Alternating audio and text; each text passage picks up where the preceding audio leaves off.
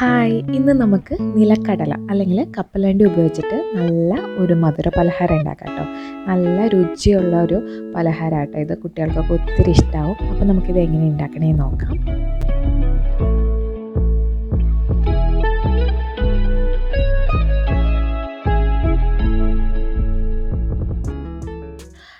അപ്പോൾ ആദ്യം തന്നെ നമുക്കിവിടെ ഒരു കപ്പ് കപ്പലണ്ടി എടുത്തിട്ടുണ്ട് കേട്ടോ. ഇത് വറുക്കാത്ത കപ്പലണ്ടിയാണ്. അപ്പോൾ നമുക്കിതൊന്ന് വറുത്തെടുക്കണം. അതിന് വേണ്ടിയിട്ട് നമുക്കൊരു പാനിലോട്ട് നമുക്ക് ഈ കപ്പലണ്ടി ഇട്ട് കൊടുക്കാം. എന്നിട്ട് നമുക്കൊരു മീഡിയം ഫ്ലെയിമിലിട്ടിട്ട് ഈ കപ്പലണ്ടി ഒന്ന് വറുത്തെടുക്കാം കേട്ടോ.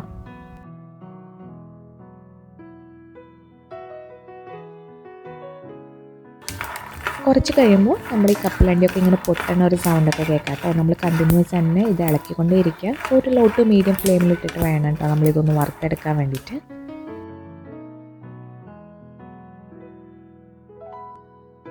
ഇപ്പോൾ നമ്മുടെ കപ്പലണ്ടി നമ്മൾ നല്ല പോലെ വറുത്തെടുത്തിട്ടുണ്ട്. ഇതിൽ നിന്ന് ഒരെണ്ണം എടുത്തിട്ടൊന്ന് കഴിച്ച് നോക്കിയാൽ മതി. അപ്പോൾ നമുക്ക് മനസ്സിലാവും കേട്ടോ. ഇനി നമുക്ക് ഫ്ലെയിം ഓഫ് ചെയ്തതിന് ശേഷം ഇത് നമുക്ക് വേറൊരു പ്ലേറ്റിലോട്ട് മാറ്റാം.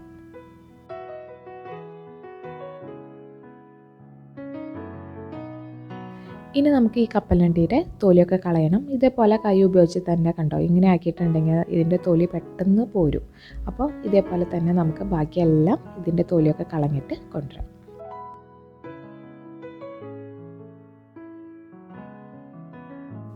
ഇപ്പോൾ നമ്മൾ കപ്പലണ്ടിയുടെ തൊലിയൊക്കെ കളഞ്ഞ് കൊണ്ടുവന്നിട്ടുണ്ട് കേട്ടോ. ഇനി നമുക്കിതൊരു മിക്സിയുടെ ചെറിയ ജാറിലോട്ട് ഇട്ട് കൊടുക്കാം. എന്നിട്ട് നമുക്കിത് പൾസ് മോഡിലിട്ടിട്ട് വേണം പൊടിച്ചെടുക്കാൻ വേണ്ടിയിട്ട്.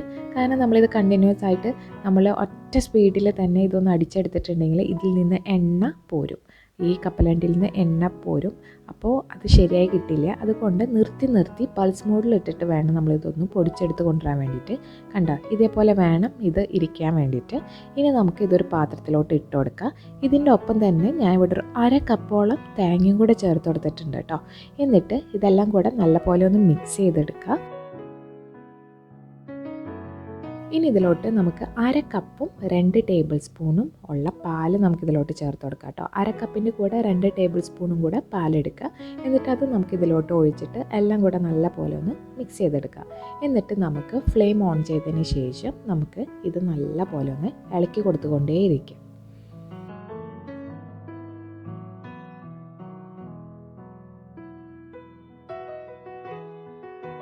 ഇതുപോലെ ചെറുതായിട്ട് ഇതുപോലെ തിളച്ച് വരുന്ന സമയത്ത് നമുക്ക് മധുരം ചേർത്ത് കൊടുക്കണം. അപ്പോൾ അതിന് വേണ്ടിയിട്ട് ഒരു 3/4 കപ്പോളം പഞ്ചസാരയാണ് ഇവിടെ ചേർത്ത് കൊടുക്കുന്നത്. പഞ്ചസാര തന്നെ ചേർക്കണം എന്നില്ല കേട്ടോ. ഇതിലോട്ട് ശർക്കര ചേർത്ത് കൊടുത്താൽ മതി കേട്ടോ. അപ്പോൾ ഇവിടെ ശർക്കര ഉണ്ടായിരുന്നില്ല, അതുകൊണ്ടാണ് ഞാനിപ്പോൾ പഞ്ചസാര ഉപയോഗിക്കുന്നത്. എന്നിട്ട് നമുക്ക് ഇത് കണ്ടിന്യൂസ് തന്നെ ഇതുപോലെ ഇളക്കി കൊടുത്തുകൊണ്ടേ ഇരിക്കുക. പഞ്ചസാര ചേർക്കുമ്പോൾ തന്നെ ഇതിൻ്റെ കളറൊക്കെ ഇങ്ങനെ ഒരു വ്യത്യാസം വരും. കുറച്ചും കൂടെ ഒരു ഡാർക്ക് ഷെയ്ഡിലേക്ക് പോകും കേട്ടോ. എന്നിട്ട് നമുക്കൊരു മീഡിയം ഫ്ലെയിമിലിട്ടിട്ട് ഇത് കണ്ടിന്യൂസ് തന്നെ ഇങ്ങനെ ഇളക്കി കൊടുത്തുകൊണ്ടേ ഇരിക്കുക.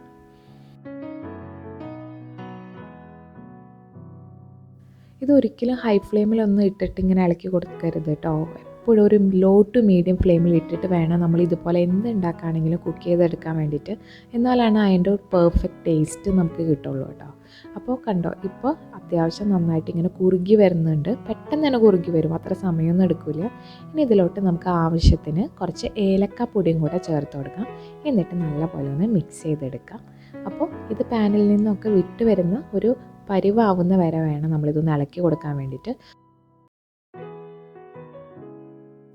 ഇപ്പോൾ പാനിൽ നിന്നൊക്കെ വിട്ട് വരുന്ന ഒരു പരിവായിട്ടുണ്ട്. അതേപോലെ തന്നെ നമുക്ക് നോക്കുമ്പോൾ അറിയാൻ പറ്റും ഇതിൻ്റെ സൈഡിൽ നിന്നൊക്കെ കണ്ടോ ഇതേപോലെ എണ്ണ ഇറങ്ങുന്നത് നമുക്ക് കാണാൻ പറ്റും. അപ്പോൾ ആ ഒരു പരിവാകുമ്പോഴത്തേക്കും നമുക്ക് ഫ്ലെയിം ഒന്ന് ഓഫ് ചെയ്ത് കൊടുക്കാം കേട്ടോ. എന്നിട്ട് ഇത് നമുക്ക് വേറൊരു പാത്രത്തിലോട്ട് മാറ്റി കൊടുക്കാം.